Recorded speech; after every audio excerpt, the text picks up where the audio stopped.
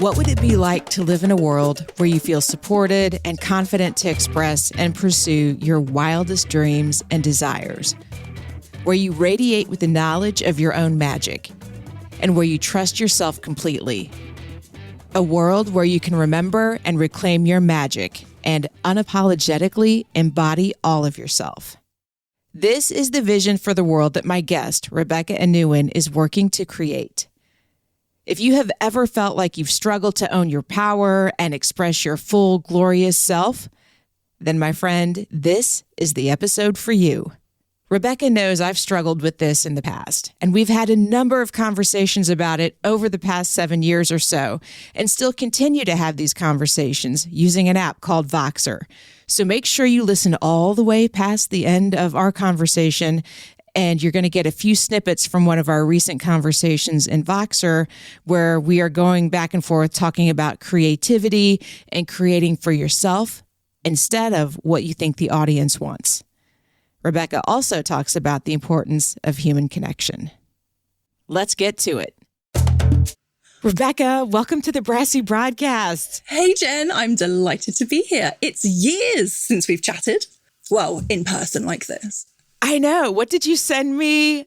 I was on your podcast like 7 years ago. 7 years, I know. How times have changed since then, hey? That feels like a million years ago. We know each other through podcasting. I think it was probably through She Podcasts. I think it was, yeah. I was looking for an editor and I landed on gold with that one. Yes. As did I, because you were one of my first podcast editing clients. Really? Yeah, you were in the very early stages of that. Oh my God. It was amazing from the start. You just made everything so easy, and I've podcasted ever since. So I'm always like, it's you and Elsie. It's like, I blame you for my podcasting adventures completely. I love that. I'm so grateful for that, because now you've gone on to go do all of these other things. Have you written more than one book now? Oh yeah. I think I'm up to about 4 or 5 on various different topics. Yeah. Some of them don't really count as like proper books because they're more like intuitive-y things that you can use for like bibliomancy. But yeah, I just had my latest book in November. So I'm like, stop writing now. Stop it. No, keep writing, keep podcasting, keep doing all of the courses and all of the things. I'm going to rewind back up a little bit and let's tell everyone what you do, and I'm going to let you say what it is, because I feel like you do so many things that I could spend an hour just talking about all the awesome, cool things that you do. But like, what is your primary focus? I think if I was to think about what it is I do, everything that I do in all of the various, like the courses, I've practiced kinesiology for 25 years. I teach people how to connect with their intuition. All of those things all lead to, mainly I work with women owning their power and owning their voice so they can express themselves fully. So whether someone wants to read a book, whether they want to do a course, whether they want to work with me one-to-one, whether they just want a little bit of inspiration, it's like, I'm all of that. So I am really rubbish at I do one thing. It's like, no, I do all of the things, but with one focal point. And that's always about women like reclaiming their magic, reclaiming their essence, taking up more space and really giving themselves permission to express themselves fully in whichever way that looks like. Some people it's really loud and proud, and some people it's like, oh yeah, I'm allowed to be quiet. I don't have to be like on all the time. So yeah, it's just like giving people permission to be more themselves. Have you always created lots of different things, or has that just kind of come as a result of the work that you're doing and you've figured out, but I can reach all of these different people if I go into all of these different, some people like to read, some people like to listen to podcasts. How did that kind of come together for you? Because I'm a bit of a squirrel, because I'm a bit of a creative, and I'm like, what do I need? What would I want more of? And so I always create things that I enjoy creating, that I want to create, and I know will help people as well.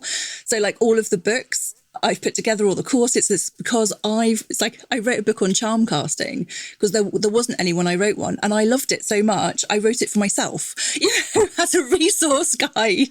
And then I started collecting all these charms, and then people were like, "Oh, do you have any of those charms? Can I get them from you?" I'm like, "Oh yeah." So I set up a little Etsy shop, and I post charms all over the world for people to start their little collections. And so it's always because I'm curious about something, to learn something more, and off I go over there. Or actually, maybe I've got all of these blog posts, or I've got, in fact, one of my earlier podcasts, it's my second podcast, I turned that into an oracle deck because I used to do like 5-minute episodes daily. And I think that ended up being like maybe 500 of them. Oh my gosh. Where I took like 50 of them and turned them into an oracle deck, which still sells now. And that was started from a podcast of like these like 5 minutes of inspiration each day. And if I ever miss days, people are like, "Rebecca, where are these podcasts? Where are you?" And this was probably like 5 years ago. It was quite before podcasts got like super trendy. Yeah. But yeah, I just turned those into an oracle deck. So for me, everything is just because I'm curious, and off I go. So talk about charm casting more for the listeners that maybe are like, what is that?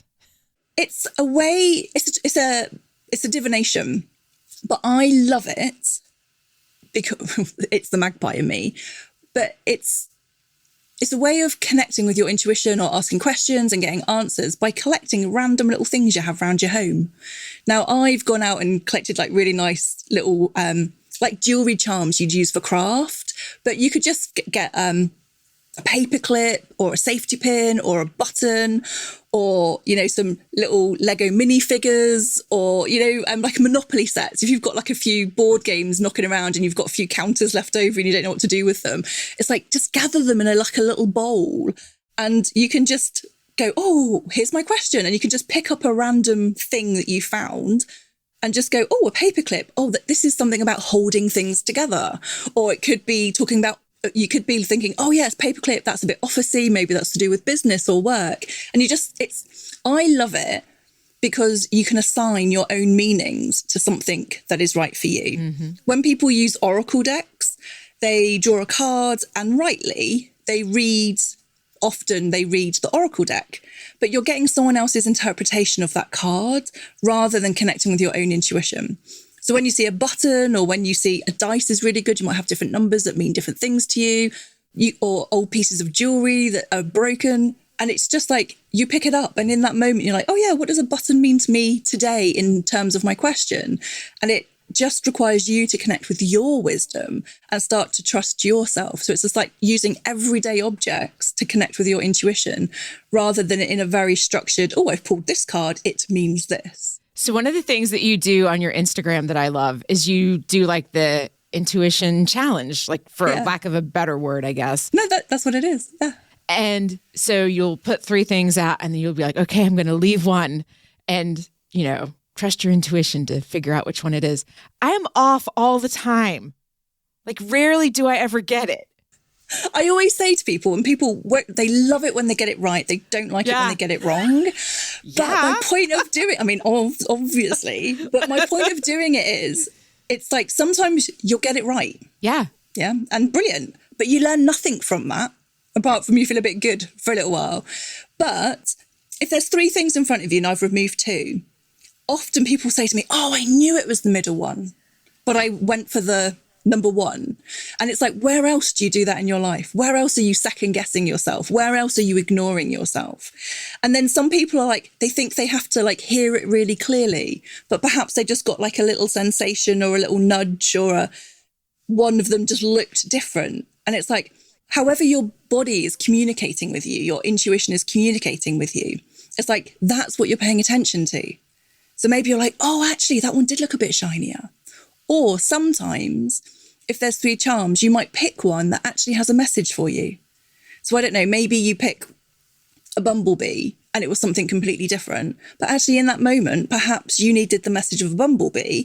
And it's like, I always think bees are really interesting because for someone, it could be like, "Oh my God, danger, anaphylactic shock." For someone else, it might be like, "Oh, the sweetness of honey." And someone else, it might be like, "Oh, hive mind, community." So when you pick the charm, whether it was right or wrong, it's like, what was actually that charm? You picked it for a reason. What was the message behind it? But people always want to get it right or wrong, rather than, I'm trying to encourage people to go, no, there's so much more to these little challenges. It's about really understanding how your intuition communicates with you. And it's not always the way we think it, should be done. Because when our intuition does communicate with us, it's so quiet that we often miss it, or we can dismiss it, or we can, our monkey mind is so much louder that we ignore it. So by taking those few seconds just to go, which charm is it? Which one am I going to leave? Just gives you a moment just to go, oh yeah, which one? And then start to notice how your body responded to the one that was actually left. Rather than going, oh no, I got it wrong again. It's like, yeah, but why? What was it telling you? It's never just one thing with you, is it? It's always like, we got to go deeper. We got to go deeper. Yes! I'm afraid it is. I can't do superficial. I'm like, yeah, but this is the real reason behind it. And that's fine. Most people are just like, yay, I got it right. And off they go. And that's great. They feel great for a little bit longer. But I'm like, but if you want to go deep, I'm your person.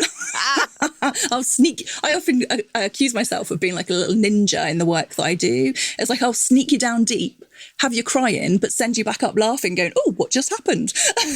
But feeling better. Yes. Yes, I can vouch for that.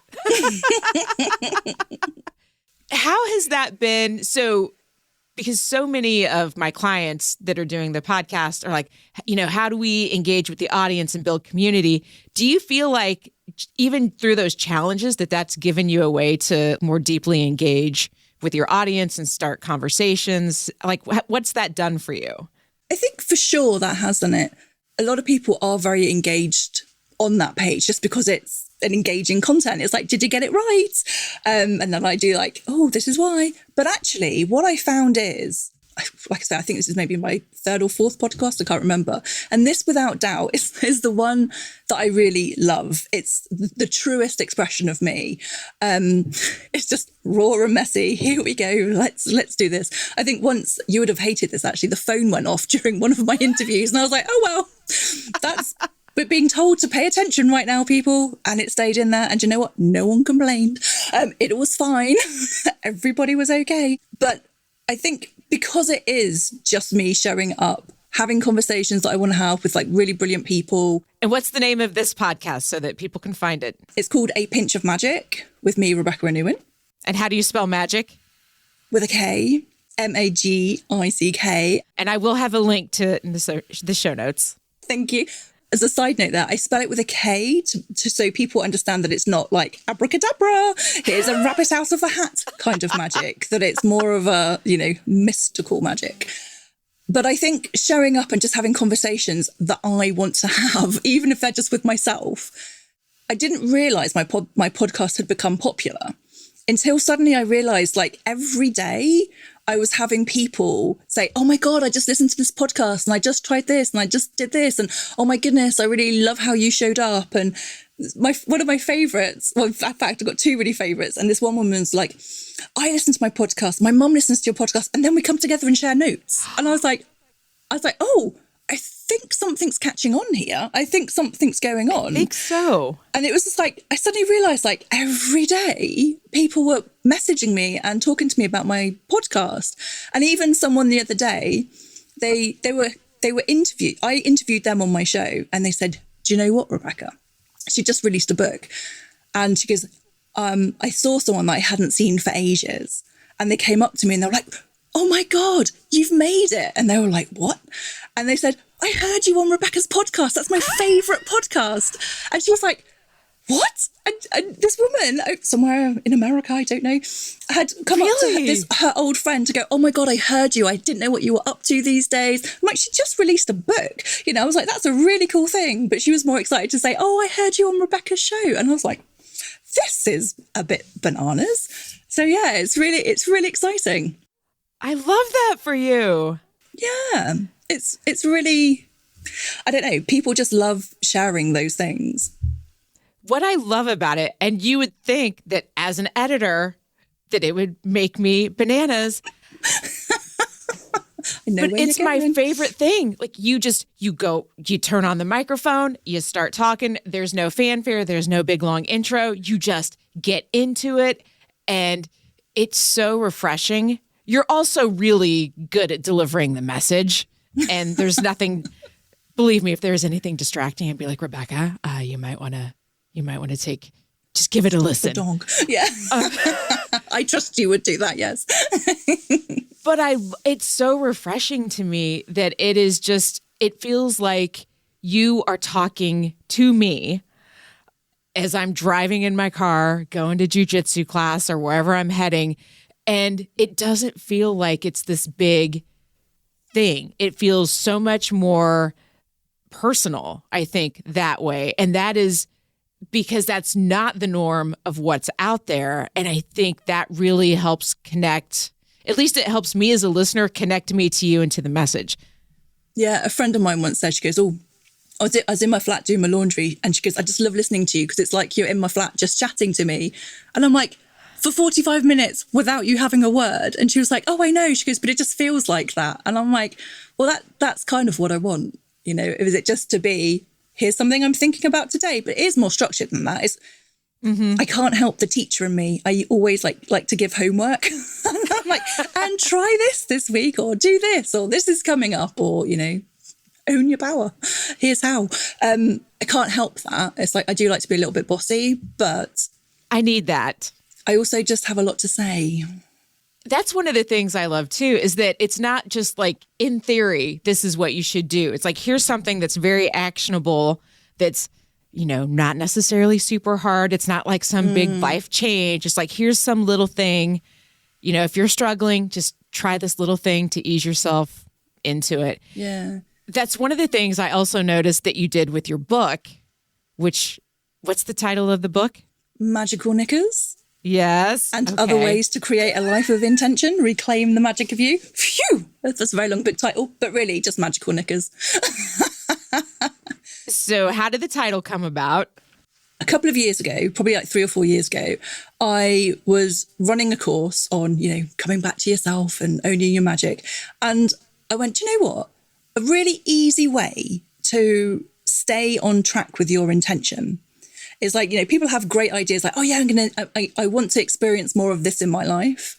And then they kind of set the intention and then they forget. And so I said, do you know what? I'm going to start a red knicker revolution. And it wasn't about the knickers being red. It was about, right, I want to feel more courageous today, or I want to feel more joy today. When you go and put on your knickers, pick a pair that's going to make you feel more joyful or more courageous, or maybe more supported, and you can put on your big Spanx, you know? It's just like, it doesn't matter what size or shape they were, but as long as they reminded you of your intention. Because for most jobs, I think, what you wear under your clothes is usually your choice. Now, a lot of people might have uniforms to wear, and so it's not always easy to like to put perfume or jewelry or, you know, anything like that. But your knickers are usually your own choice. Or, of course, no knickers if you may perhaps want a bit of freedom. But it's like you consciously choose one of the first things you do that day. And then every time you feel your knickers, see your knickers, whatever happens, you're like, oh yeah, courage. And it's like when we make that first intentional choice, we feel really good because we've done something for ourselves that has taken a second that we were going to do anyway. And so now you've got your pants on for the day, your knickers for the day that are meaningful to you. And so then the next choice becomes easier to choose yourself again. And so maybe you want to feel more vital and energized. So you put on a pair of like, I don't know, neon pants or, you know, orange pants. But then when you go down to breakfast, it's like, oh, what would make me feel more energized or more vital today? And you might just choose something that was more nourishing for you rather than something that was like, oh, it's just easy, I'm just going to grab it. And then when you go to make plans for the rest of the day, or when you're, you know, going into that meeting or speaking with a client or your boss, it's just like, oh, how can I show up in this energy of vibrancy? It's like, how, because it's suddenly like you're in control of choosing how you show up to life, knowing that life's going to do whatever it's going to do anyway. But actually you can choose your own knickers. And it just reminds you that you can make choices when it feels like everything is going a little bit crazy around us, which, let's face it, has. And then the red knicker revolution evolved into like, oh, magical knickers, because of just like the general work that I do. And I did a podcast on it. Of course you did. Hashtag of course. So I had originally called the book Reclaim the Magic of You, which was, it's nice. It's the kind of like second title of the book. And someone said, you really should call your book Magickal Nickers. And I was like, I really should call my book Magickal Nickers, because this woman had said to me, she lives in the UK and she was going into this cafe, and they said to her, I've really noticed your energy is very different recently. You seem to be like really like happy. And she's like, it's because I've got my magical knickers on. Right? And so she had this conversation with this coffee shop or cafe owner. And then she got all of her staff to have this idea of like wearing their magical knickers. And I was like, this is a brilliant conversation starter. It's so fun and playful. Again, fun and playful, but with a very deep message. So you could just wear magical knickers without going, oh yes, so now I can make a better choice for the day, and I've chosen me, and it's reminding me to connect with myself and what I want to show up for the day. You could just wear your knickers and feel great. And so when she told me that story, I was like, oh my God, I have to call the book Magickal Nickers. Now, when I told my book editor it was going to be called Magickal Nickers, she went, no, Rebecca, no.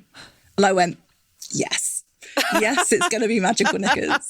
And even she now says, she goes, I can't imagine the book being called anything else. Yeah, that would just be weird. Yeah, exactly. It's Magickal Nickers. And I was even talking to someone the other day and they're like, oh, I used to be called Sparkle Princess. And now she's like, very serious and very responsible in everything that she does. And I said, I've got a book called Magickal Nickers. And I said, what you need to do is get some sparkly pants. And she just laughed. And I was like, that's it. It just reminds us that life is very, very serious, but we don't have to take it seriously all of the time. We are allowed a little bit of respite where we can have sparkly pants or fluffy pants or just whatever it is you want in the world. It's like we can find, honestly, Etsy is fantastic. You can find any kind of pants that you want. You heard it here, friends. I know, because people are like, oh, look at these luminous ones, Rebecca, and they've got like lights on them. And honestly, some of the knickers I've been shown, I'm like, oh my God, that's enough. But people remember it. And it's like, if you take nothing else away from my book, it's like, choose you. And you start choosing you by just starting with your knickers. It's something that's so easy for you to do. And of course, the other thing is that when you go and look at your knicker drawer, have a look at your knickers and say, oh, do these represent me? Like yourself. And someone went, oh my God, mine are all grey and really holy. And I'm like, is that who you are? She's like, no. She's like, I need some more knickers. And so she went out and brought like new underwear. And because that's also true. If you're putting on knickers that have more holes in than they should, and they're like a little bit not quite fitting, that's not going to feel so good for the day, is it? Whereas when you choose your knickers, it's like a real act of self-care. It's like, I'm choosing me in this moment. And then you get to enjoy them for the rest of the day. I think I need to go shopping now. What's my takeaway from this? Underwear. Yeah.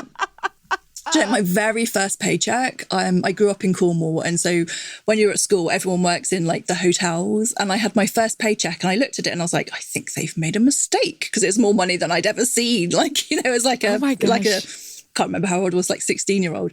And I went and spent every penny of it on brand new underwear. It's like, I've always loved underwear. I've always have to make sure I'm matching. Doesn't matter if I'm wearing like, something really shabby on the outside. I've always got really nice underwear on. A little bit of a secret. But I've always loved underwear. So I was like, of course this book is called Magickal Nickers. I love it even more. Now that I've heard all of that, I just love it even more. And it just seems even more perfect for you. Yeah. But again, it's like doing the deep work, but with a sense of humor and fun. It's like when we are untangling ourselves from all of the judgments and the expectations and all of the things that I see so many people hold themselves back by, it can be like, oh my God, there's so much to do. And it's like, yeah, and we can laugh the whole way too. Right. It's like we can do the deep work, but with lightness. It's like, will there be tears? Of course, sometimes there is. We get so frustrated with our own nonsense, there is tears. And sometimes we can just go, do you know what? It can be as easy as choosing my knickers as well. just like that repetitive habit of starting to ask yourself, what is it I want from the world? How do I want to show up today? So, you know, if you've got an interview or if you're coming on a podcast or whatever it is, it's like you can put on your magical pants and have them red or bright or whatever it is you want. And you just know you've done something that is choosing you. Why is it so hard to choose us, like to choose ourselves, and to sometimes say, oh, this is what I really want? Totally asking for a friend here. Like, this has not come up for me at all. Totally. Well, tell your friend. It is so hard for us to choose ourselves because we have been conditioned to prioritize other people. So I always think it's like when we were born, we knew exactly how to get our needs met. If you've ever been around babies, they just scream, right? Yeah. And somebody will come and look after them. They'll feed them, love them, cuddle them, change them. If you've ever had children or been around them, they have different screams for different things. And you get very acclimatized to go, oh yeah, the baby's hungry, or, you know, and we knew how to get that done. And then as we get older, it's suddenly like it's not quite so convenient for us just to scream. And it's like maybe mum has a headache, or, you know, little children should be seen and not heard, or we go to school and they want you to be a particular way. So it's not that any of this has been done maliciously generally, but it's just like society's like, no, you have to be quiet, you have to fit in, you have to learn. And it's like, maybe you want to be wild and dance on tables and colour all over the walls because your little piece of paper is too big, but suddenly you're told off and you're like, oh, hang on a minute. And we learn very quickly that we'll get attention when we tone ourselves down. Maybe when we're quiet, or when we start helping out. Oh, mummy's little helper. Oh, you're such a little angel. And you're suddenly helping. Or when you share your toys or someone takes it off you and you're like, oh, no, you have to share. You're like, oh, I'm good now. And we mistake that for love. And then we grow up doing that same thing. And so many women that I've worked with, they go into situations and they're like, who do I have to be loved in this situation? Who do I have to be to fit in to this situation? Instead of saying, here I am, I'm fabulous, where are my people? It's like, oh, hang on, I'm in this community now. What do I need to do? Or what part of me have I been told is shameful? Because there are billion-dollar industries telling us who we should be, what we should look like, where we should have holidays, what cars we should drive, what a holiday should look like, what a vacation should look like, all of those things. This is what you should do when you've finished school. You go and do this, and then you do this, and then you do this. And it's all paved for us without anyone actually going, oh, you look like a bit of a creative, or actually, oh, you look like you should be an architect, or just fitting into what that child is really showing like an aptitude for. It's like, no, that's just silly. Sit down and be quiet. And so we learn that behaviour and then we never learn to unlearn it as we get older. So I see this, and I always say it's particularly with women, but I think like 98% of my people I work with are women, so I can only really speak from that, is that when I first started in my practice like 20 odd years ago, I would have a lot of women come to me with things like IBS and eczema because I could test for like test for like food allergies.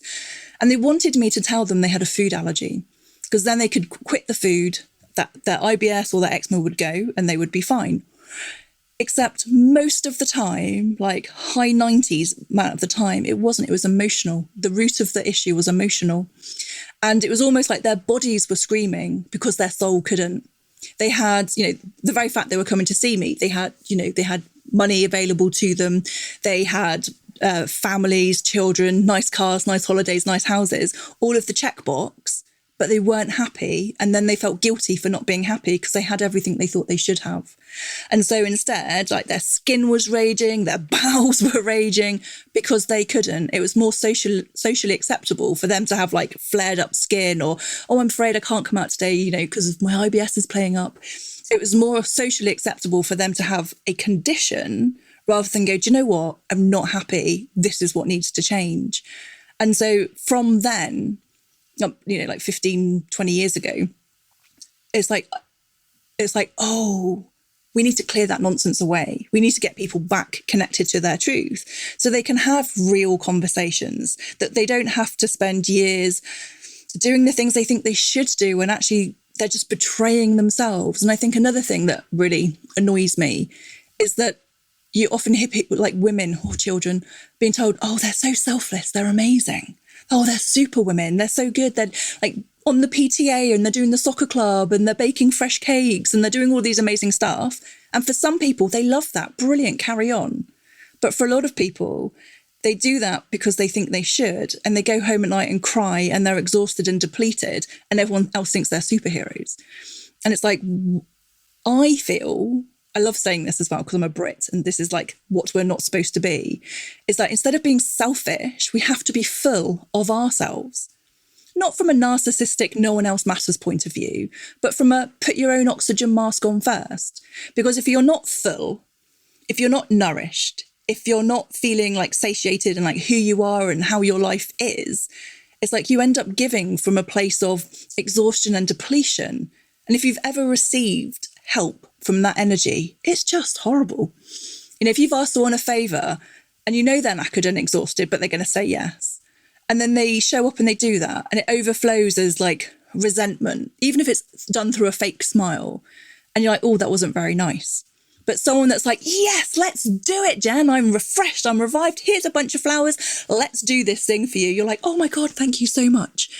And so people think it's selfish to prioritize themselves, but I think it's selfish not to, because otherwise you're just spewing like resentment and frustration over everyone.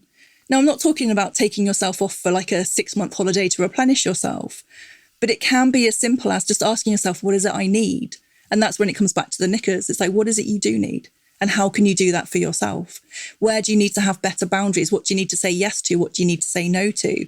And will that be difficult? Yes. But it's a darn sight more easy than being exhausted and frustrated. And, you know, it might take years to get there.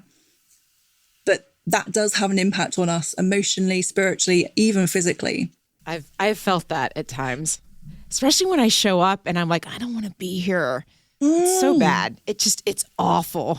It's the worst, isn't it? And yet we're like, oh, but I have to. It really is. And it's just like, you're not helping anyone. And I always think we don't like to say no because we don't want to appear to be like not nice or not kind. And yet if I said to you, Jen, can you come and help me move house? And you're like, geez, no, Rebecca. I'll have to travel across the Atlantic for a start. But it's like, no, I'm too tired. But if you just go, yeah, sure, right? You're going to spend that whole time building up to you coming to help me, feeling like, oh my God, how do I get out of this? This is awful. Oh my God. And then at the last minute, maybe you cancel. And I'm like, great, now I have no one to help me. Whereas if I just asked you and you went no, I'd be like, brilliant, thanks. No one else you can recommend. And then I'd be off finding the actual person that could help me willingly.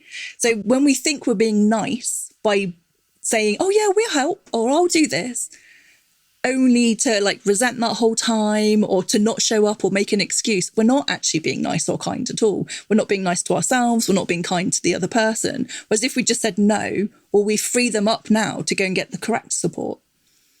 So again, we've got this like really twisted idea of what it means to be nice and kind. And it's like, no, we need to change that. Most definitely. Something else that you talk about a lot and that you and I have talked about is, and this goes back into that creating things and like all the stuff that you put out into the world.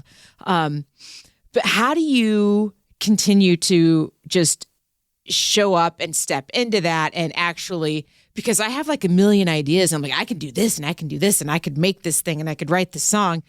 But to actually sit down and focus and do the thing, like do blocks come up for you ever that you're like, I know that this is a block and I need to work through it? Or what does that look like? Or are you just like, oh, I feel like I'm being called to create this thing, so I'm just going to go do it and put it out there?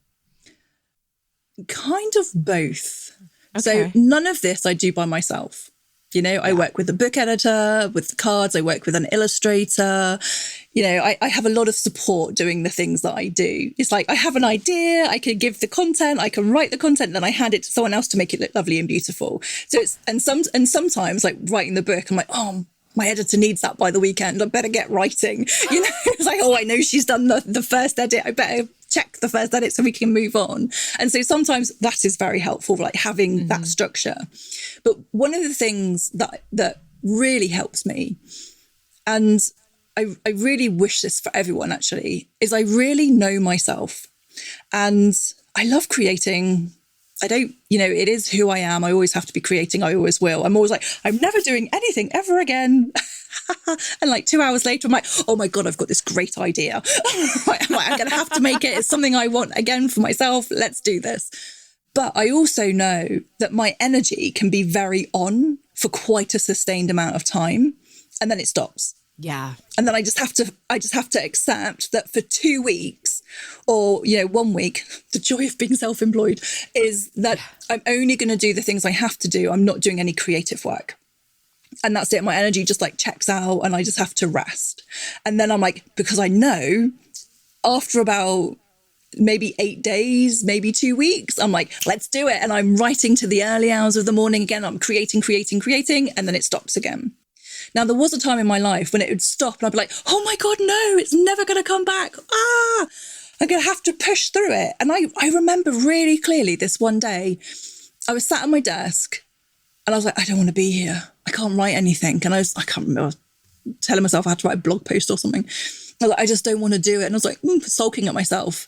And I spent suddenly it was 3:00 in the afternoon. I was still sat there going, I really don't want to do this. But I was like, one finger typing, trying to get something done.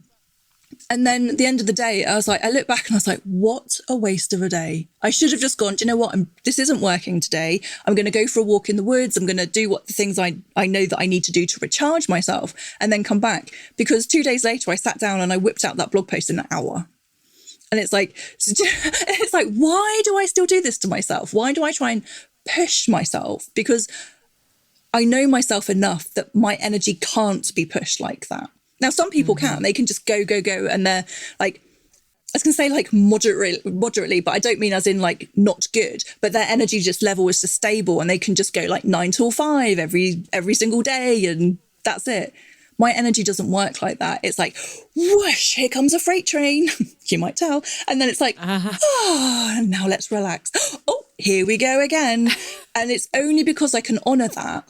Because when I used to try and push through that time when, I would still work, I would still do like the clients, I would still do the things that needed doing, but there would be no creative resources to go, let's write on the book, or let's do this next planner, or let's finish off this Oracle deck. There was none of that. And I'm like, And so I try and make myself do it, going, it's got to be done soon. And the more I push, the more I was getting exhausted and resentful and like being really annoyed with myself. And I'm like, who wants to live like that? Right. Now, of course, if you're working in like a traditional 9 to 5, you might not be able to do that. But what you can recognize is, hang on, my energy is going to be really good for these 2 weeks. So I can like really burn the midnight oil and do the big projects, and I can have like meetings and presentations and all the things for those 2 weeks.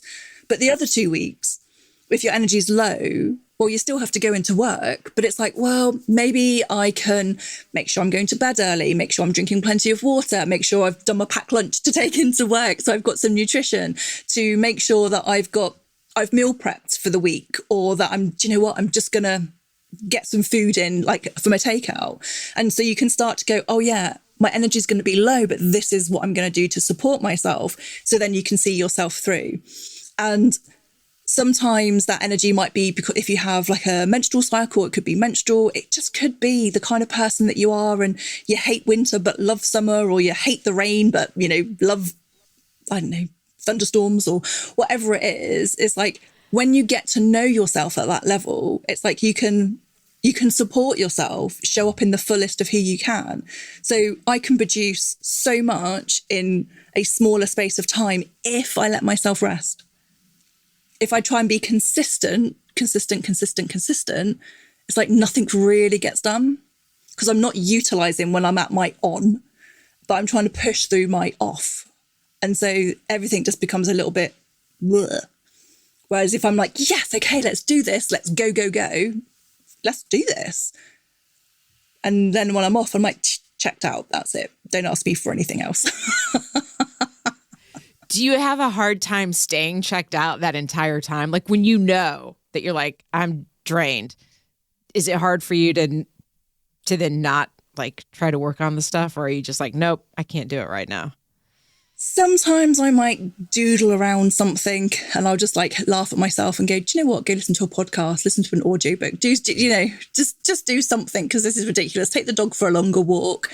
But I have set up kind of like my life to fit around that. So I have some things that I like to be consistent, even though I pretend I'm not.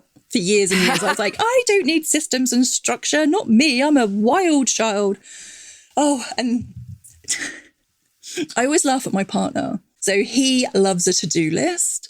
And I'm like, to-do list? Oh my God, that's so boring. You're so boring having a to-do list. It's got Post-it notes everywhere. And then one day I wrote a to-do list and I was like, wow, I don't have to carry it all in my head. This is amazing. And I was suddenly like, oh, perhaps my life does like a little bit of structure. And I suddenly realized actually for me, structure is actually quite liberating. It is. Yeah. So I do like to have structure, which might still look like, doing my podcast, sending out a newsletter, seeing a client, because for me, that's like my structure. But yeah, for me, it's really that creative energy. How long did it take you to figure out that you just needed to walk away? How old were you? I thought he was going to say structure. I was like, that's really embarrassing to ask me that question. I was like, okay, 5 so then we're years going to ago? need the structure. That I needed that. I've probably been working with like my own inner rhythm, which is again why I teach about cycles, why I teach about the seasons, because it's like we are governed by rhythms.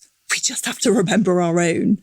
Again, it's like judgments and expectations and like other people's timescales that have disconnected us from our rhythm. But our rhythm is always there, whether we choose to work with it or not.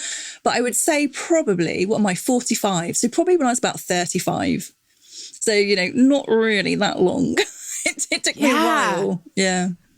And the structure thing was only about a few years. So yeah, I fought the structure and the to-do list for a while, and I was like, only boring people have lists, and I'm like, oh, only smart people have lists. Yeah, Beth is all about her calendar and her to-do and like her paper calendar. Yeah. Oh my God. I do like checking this stuff off. That's my favorite. I laugh at my partner Jamie because he'll write something on the list that he's done just so he can check it off. Yeah. Or he has this system of Post-it notes where he'll take a Post-it note from his left pocket and then put it in his right pocket if it's like an important one or if it's just like a mediocre one. And I go into his office and I look at his desk and he's like, don't look at it, Rebecca. And I'm just like, I don't get it. It's crazy. And then I walk into my office and I don't use Post-it notes. I use notepads. And there's like notepads everywhere. And I'm like, So I'm just as bad. What's the next thing that you're working on? Is there a project in the works? Of course, Jen, of course. So Magickal Nickers, the book, has a planner. So the book is full of like little hints and tips and really small ways that you can make big impact in your life. And so I've created a planner so people can keep up with all their little things. So was that structure? I know, it's terrible, isn't it? But it's structure. But interestingly, it looks really pretty. And I've worked with my designer who's got some beautiful illustrations. So you can do your structure whilst doing a little bit of colouring in the columns if you wanted to. Nice. So yeah, this is, I just love anything that is practical, that is like really tangible. And I often think, many people think to change their life, they have to eat, pray, love themselves around the world. They have to get divorced, run away and travel the world. And for some people, that's really good. For some people, they just need to choose their knickers. Do you know what I mean? They just need to be more intentional. They just need to step out of their everyday life and just go, oh yeah, let's shift my mindset about this. And that's all they need. They don't need to do the big grand gestures. They can just start now with the small individual choices, which is what the book goes into and which the planner will be. Come on, my bossiness. Have you done your things today? Tick, tick, tick. So when can we expect to see the planner? Oh my gosh, it's in its final editing stages. So hopefully like by March, I think. I'm fingers crossing. Wow. I know. It's like I've been working on it for about a year, a bit quick, like on and off with various things. But no, we're in our final editing stage now. So most of it's designed. It's just I've had to write the intro. And so the intro is done and then it's off to the printers. That's so exciting. Very excited. something else I can have, like, oh, look, something else. But then I'm like, oh no, what's going to sneak in next? I'm like, right, that's it. That's what I'm focusing on. Ask me again in a few months. I'll be like, right, there's this. They're like, all of these things. Oh, I will. I feel like you're going to have to come back. So where can people go to get the planner when it comes out, your book, find your podcast, and all of the just amazing, cool things that you do? My website's probably the easiest, which is Rebecca, traditionally spelled Rebecca, Anuwen, ANUWEN.com. Is there the easiest place. But if you just search my name on Amazon, all of my books will come up. If you search Magickal Nickers with a K, there will be some interesting underwear in there, and often my book. So yeah, search by my name, might be, unless you want a bit of a giggle. Yeah, and my podcast is all on there, but my podcast is like where you find all podcasts, which is A Pinch of Magick with me, Rebecca Anuwen. Thank you so much for being here today. Thank you for having me. It's been great. And I think the people that say, oh, you have to create for the audience, I think they're probably not creatives.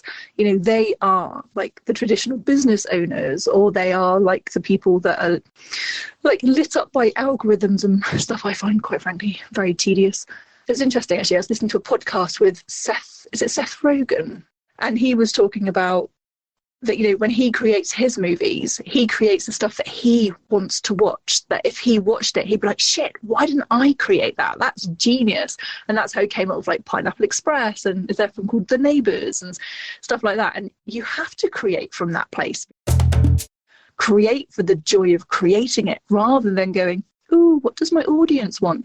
Because as soon as we start doing that and we start getting negative feedback about it, then it destroys us. Because we're creating what we think people want, and now they're rejecting it, and then that's shit.